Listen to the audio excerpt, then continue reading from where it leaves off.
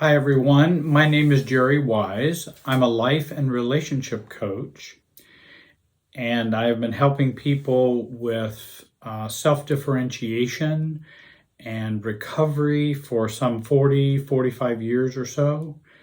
And this video is entitled Systems Anxiety and Narcissists. This video is to help those who are in a relationship with a narcissist or for those who are recovering from being in a relationship with a narcissist. I've been sharing several videos on my channel about systems anxiety, which I think is such an important topic, and I would recommend you watch the video Calmness is Everything, which is a longer video of mine that was commissioned by someone for me to make. And it's a very good video talking about systems anxiety and how important calmness is. This is another video, and I want to talk again about how important being calm, what the recovery benefits are for working towards that, particularly if you're dealing with narcissists. Often, many times, people want a quick fix and a simple three steps to being free from the trouble of being in a relationship with a narcissist, or 3 steps to feel better and things will just go great. And I wanted that as well. I remember years ago, that's something I was looking for too. And I would read hundreds, if not thousands, of self-help books. I remember donating about 1,000 books to a seminary that I attended and a graduate school because I had read the books. And again, most of them were linear, individualistic, cause and effect type of self-help books. And very few of them, if any, had any notions about functioning, systems anxiety, having a systems approach, having a family systems approach, which I found greatly helpful in my own recovery. And so I understand how I just, tell me what I should do so that it will be better. That's kind of a quick fix question. When someone said, just tell me what to do. Well, because it's not just about telling you what to do. It's how you are functioning in this puzzle, how you're functioning in the system with a, with a narcissist, how you're functioning in the system with the family of origin within you, how you function in your relationships. So it's not a simple answer of just do this or just do that. There are some things that are helpful. If somebody says, how do I avoid jumping out of this plane without a parachute? Don't jump out of the plane. That's a very quick fix, cause and effect, simple solution to that. But when you talk about relationships, and when you talk about our inner functioning, it's often not just don't jump out of the plane. There's much more going on than that. And the more pieces we take in, the more we understand about the system, the more we will be able to function with better direction. We'll be able to formulate the problems better and then also formulate the solutions better, rather than just recycling our same old patterns over and over again.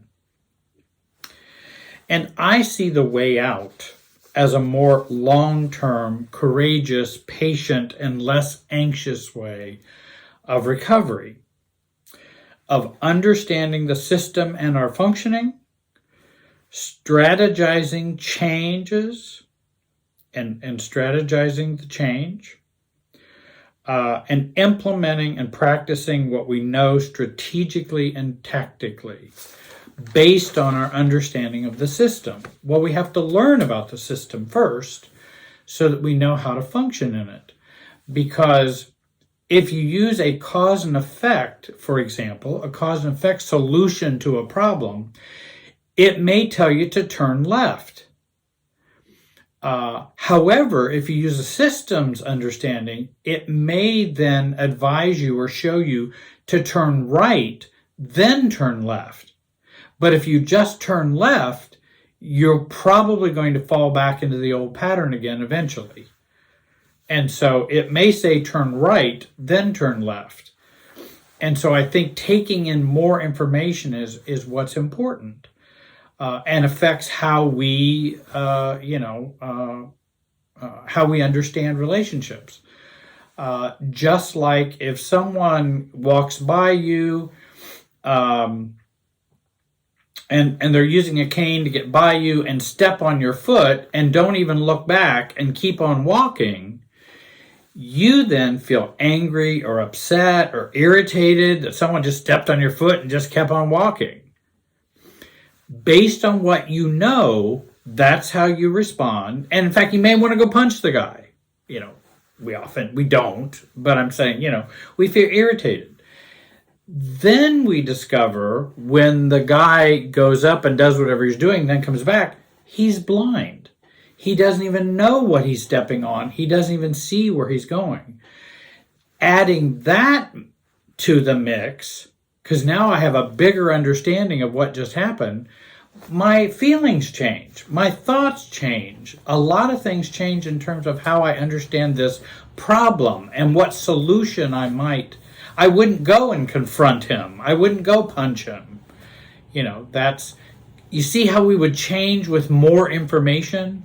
And so we change with more information in the system. And that's what I've determined to try to help people to change by giving them more information about the system. Firstly, if we have a narcissistic parent or family member or family or friends, or we're in a relationship with a narcissist relationship is a high anxiety endeavor.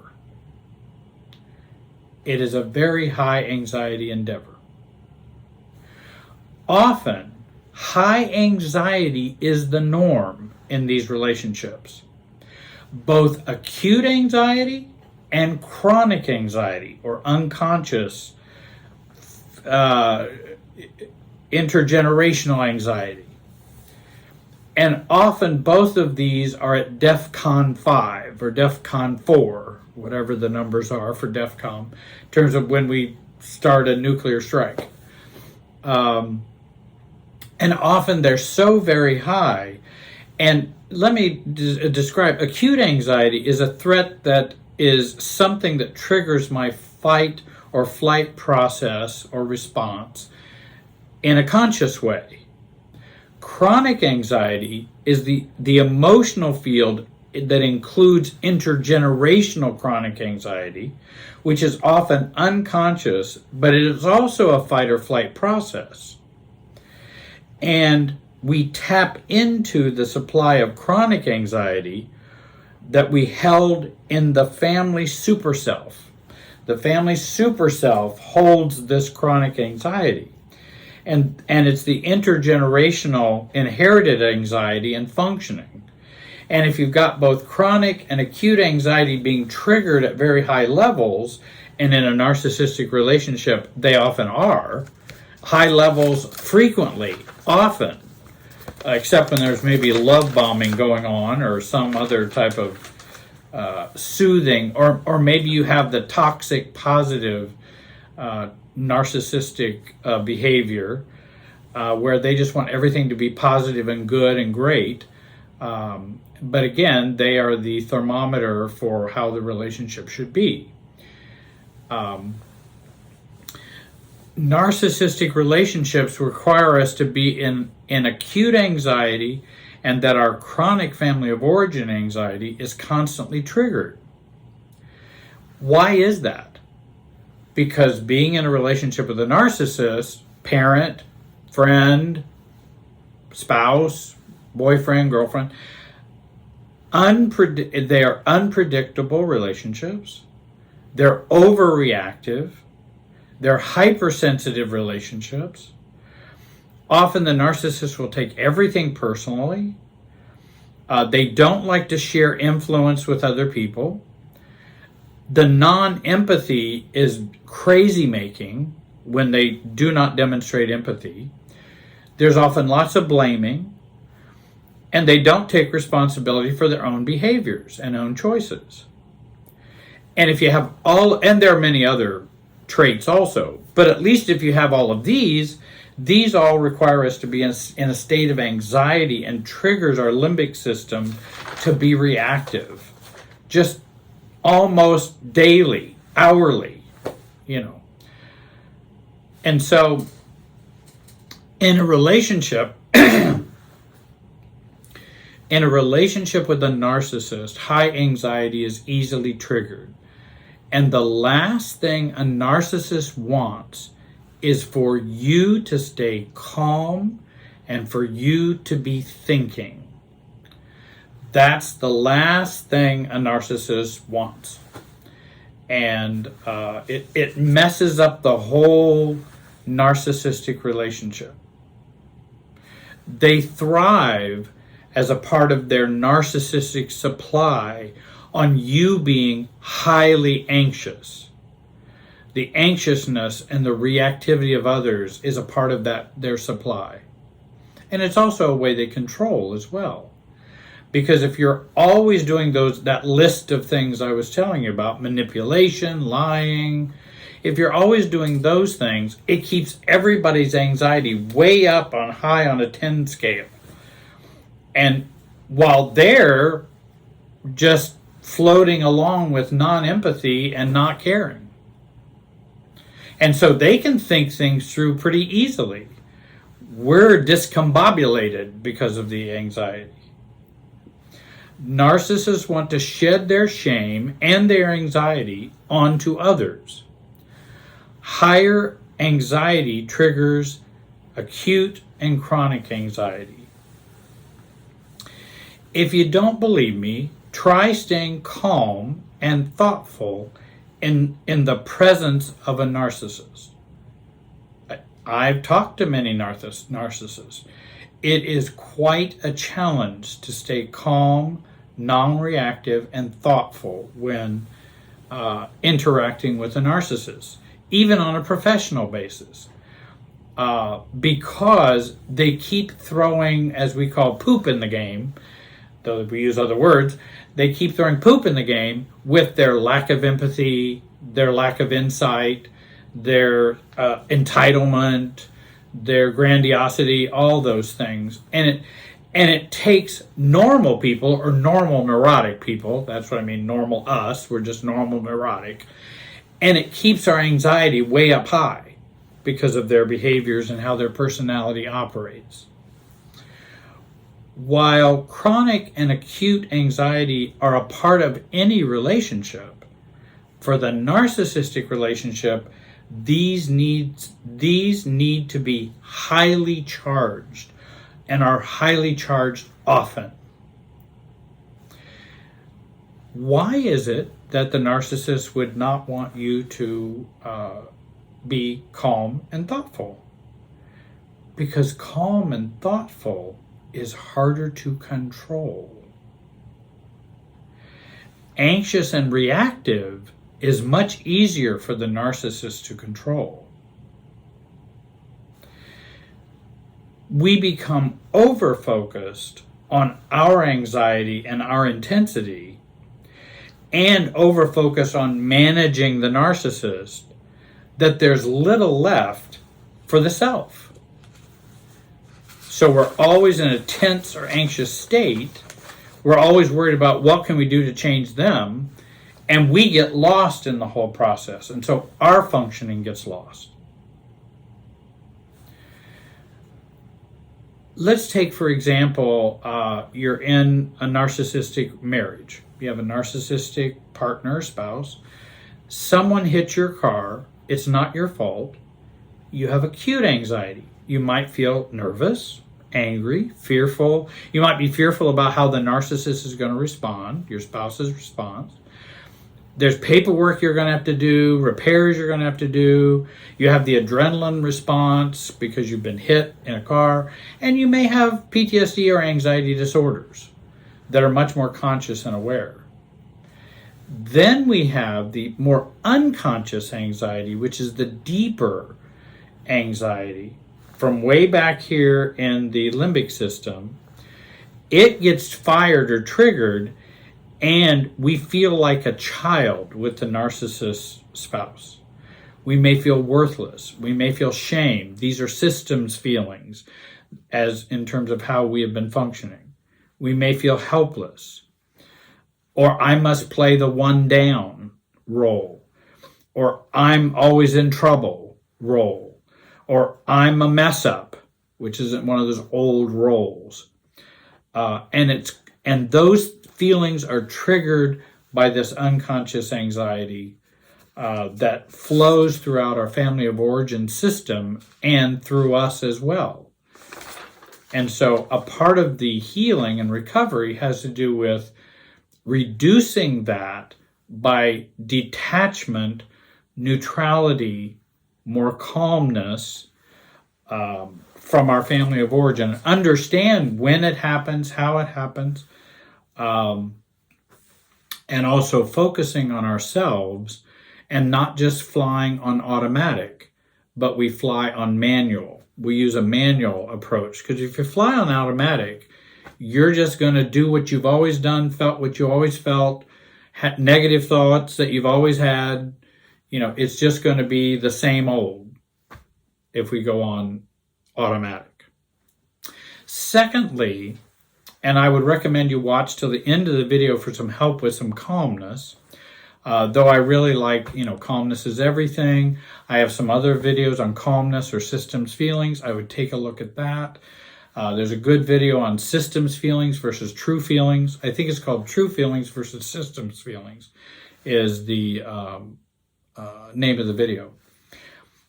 When we go no contact, let's say, with a narcissist or a narcissistic family or a narcissistic parent, it will be important that we reduce acute and chronic anxiety. That will help reduce us going back if we've decided to go no contact. It helps us to live more freely from our chronic and acute anxiety that got us into the narcissistic relationship in the first place. And I realize narcissists are manipulative and lie, and there's all kinds of things they're doing to get us into the relationship. And then we have our chronic anxiety and our functioning that also supports us into the relationship. Also, if we can reduce that chronic and acute anxiety, we can then develop a real self versus a reactive self that comes from that reactive super self that we were born into in our family of origin. And what happens is we can end up, kind of pretending or having a pseudo recovery or pretending to be mature. And when I think about no contact, there's mature no contact and then there's immature no contact. Mature no contact is, or let me talk about the immature no contact. The immature no contact is when we have cut off from the narcissist, maybe a good thing, because they may not be a good person to be in a relationship with, not a good dynamic for you. They may be abusive, etc. And so we cut off from them, but we're still experiencing lots of acute and chronic anxiety. A healthier, more mature cutoff, no contact, is when we are working through our acute anxiety and understanding our chronic anxiety from our family of origin and keeping it down and lower and working on our identifying how we function in emotional systems. And if we do that, then we have a much more durable no contact than what I would consider a non-durable no contact. Because if we have all this anxiety chronically and acutely, again, we're more likely to get caught back up in the system again. And we want a durable detachment. This occurs when we reduce our acute anxiety And here's one of the immaturities about going no contact for some people. Oh, well, just go no contact. Well, okay. I mean, that may be a help because it may reduce acute anxiety, but it may not reduce chronic anxiety, which really fuels our functioning in our life. And to reduce that chronic anxiety, we want to learn how we function or functioned in our family of origin, seeing the hot potato of anxiety going around our family when we were growing up and even in present. We want to see how we operate. And many people don't see how they operate. They just operate. They don't see how they operate. And seeing is so important. Systems feelings are learned and imprinted. Again, we have this triggering of anxiety, then we feel shame, guilt, worthless, etc. And we have systems feelings from this chronic anxiety. Learning our immaturities. What are our immaturities? Learning self-acceptance and experiencing, not just learning, experiencing self-acceptance. And again, self-acceptance reduces acute and chronic anxiety, just like calmness reduces acute and chronic anxiety. It also reduces family of origin triggered feelings and thoughts, and in fact reduces intergenerational trauma in our cells, DNA, body memory, embryonic memory. There's a whole science around that in terms of how all of this stuff is transmitted to us biologically, psychologically, within our family. Thirdly, to keep systems anxiety out of the emotional field, we want to stay as close to calm as possible. To keep systems anxiety out of the emotional field, we want to reduce the power of the misery storm produced by the narcissist by working on detachment and reducing, absorbing the emotions and beliefs of the narcissist. And again, as our anxiety goes up, chronic and acute, we then tend to absorb the feelings, the beliefs of others, and particularly, say, in this case, a narcissist. Working on these skills allow us to think with more clarity, recognize we are separate from the narcissist, using the old tennis net approach, which I do, is I want to see this relationship like it is a tennis game. They're on one side of the net, I'm on the other side of the net. Neither of us jump over the other side of the net. If they are upset, that doesn't mean I have to be upset. If they believe one thing, it doesn't mean I have to believe that thing. They are them, I am me. We are different, and that's differentiation. We want to increase our self-empathy as well, which also helps us to reduce our anxiety, increasing self-empathy, caring for self, thinking about self, seeing self as someone you want to nurture, take care of, and love. And then we will experience a more solid sense of self.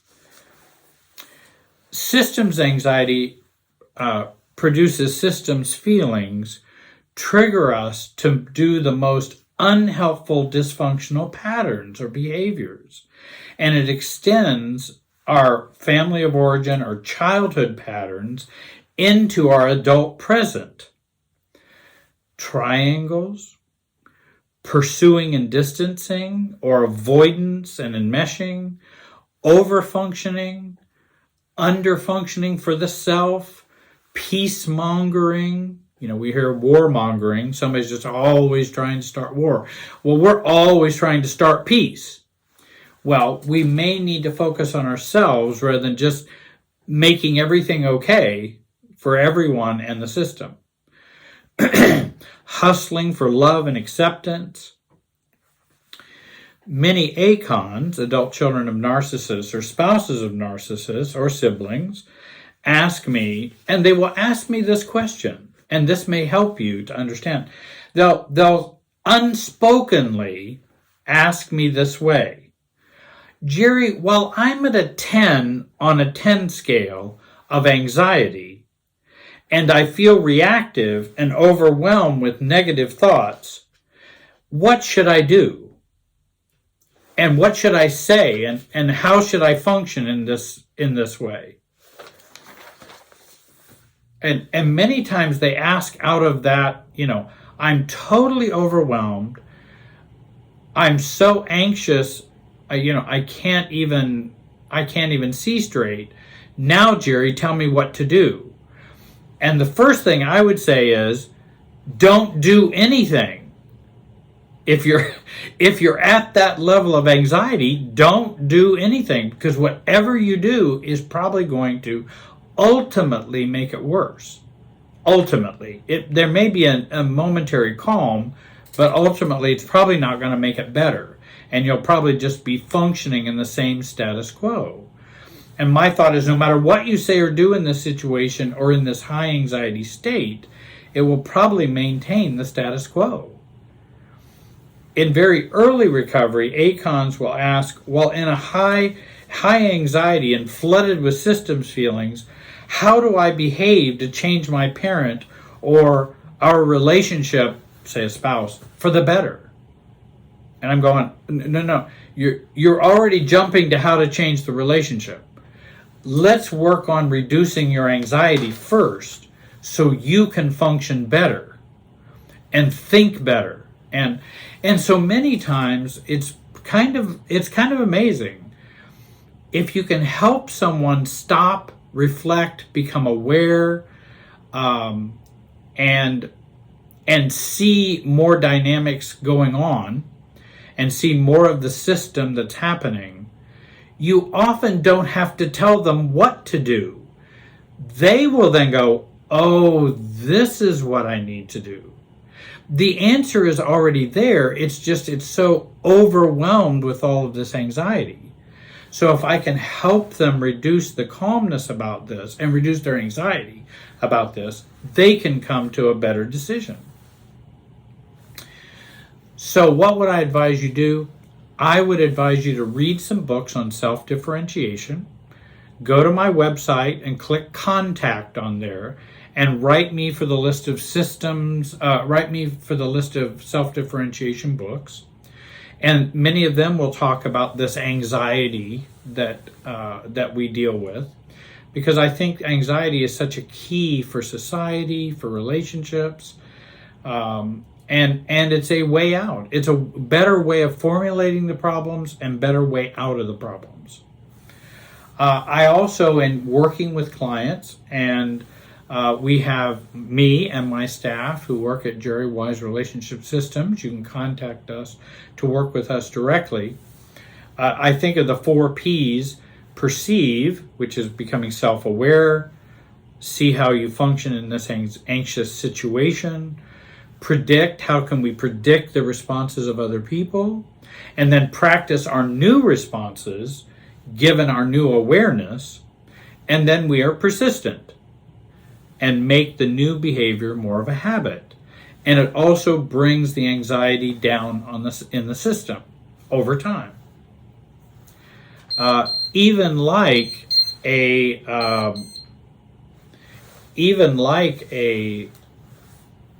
statement simply as much as, I understand, but that's not how I see it. Or I understand what you're saying, but that's not how I see it. Even a simple differentiation statement like that can make a big difference. I want to remind you there's a workshop coming up this Saturday on July 17th of 21, 1 to 5. I hope you'll sign up using the link below. You can go to my website and look on events. I think the workshop's also on the front page of the website. I hope today was helpful to you. And I know sometimes it's difficult to teach these things, and maybe I'm a faulty vessel to communicate these things, but I hope there were a few things that I shared today that could be of help to you. I want to thank you for watching. Have a great day, and be wise.